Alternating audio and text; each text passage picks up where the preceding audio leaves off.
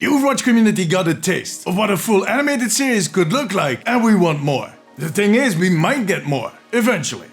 Hey guys, I'm James from the Omnic Post. In case you missed it, this week we got to see the first episode in an animated Overwatch mini-series. Now before we continue, if you have not seen that episode yet, make sure to pause this video, go check it out and come back. I'll leave a link in the description below. If you don't, well, there are going to be a few spoilers. You've been warned. Okay, let's get started. Darth Vader is the dad of Luke Skywalker, and Leia is his sister. Told you, the series is called Genesis, and it sets up the human versus Omnic conflict from the Omnic side. Why are these Omnics so pissed off and do they want to kill us? It all started with Aurora, the first sentient Omnic, so basically the godmother of all Omnics. She is the focus of this series, and in the first episode, we learned that Minalia, who later created Echo, was hired and tasked by her employer, Omnica Corp, to push the boundaries of robot development. She was a prodigy, the next big thing in robot engineering. Now at that point, they already had the God programs running, huge AIs that organized the important parts of our society. All we as humans had to do is sit back, relax, and think of new robots, I guess. Mina developed the next generation of robots, and Aurora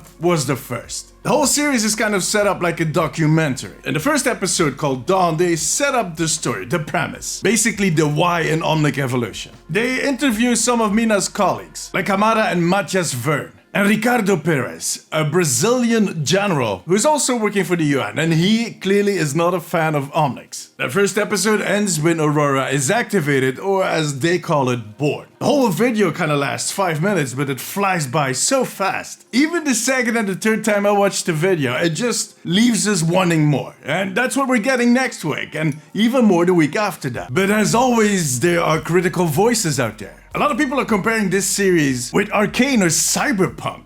Seriously, first off, can we just enjoy this for what it is? It's free content meant to prepare us for what is going to come in the next few weeks, months, and even years. It sets up a part of the story that is extremely important. On top of that, people worked really hard on this. Making something like this is a lot of work, and dismissing all of it because it's not long enough, or because it is just cool to hate on everything Overwatch, I find that a little cheap.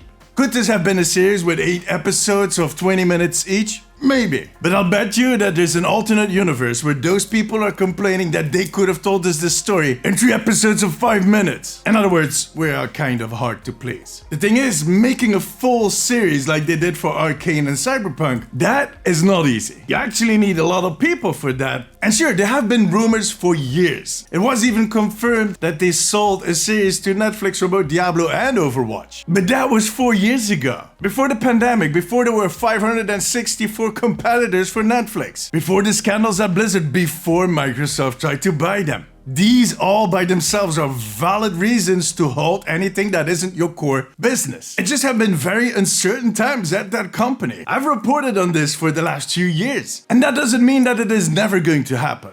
All in due time. We just can't dismiss this beautiful piece of lore, portraying one of the most important moments in Overwatch lore, because we are not getting a full series yet.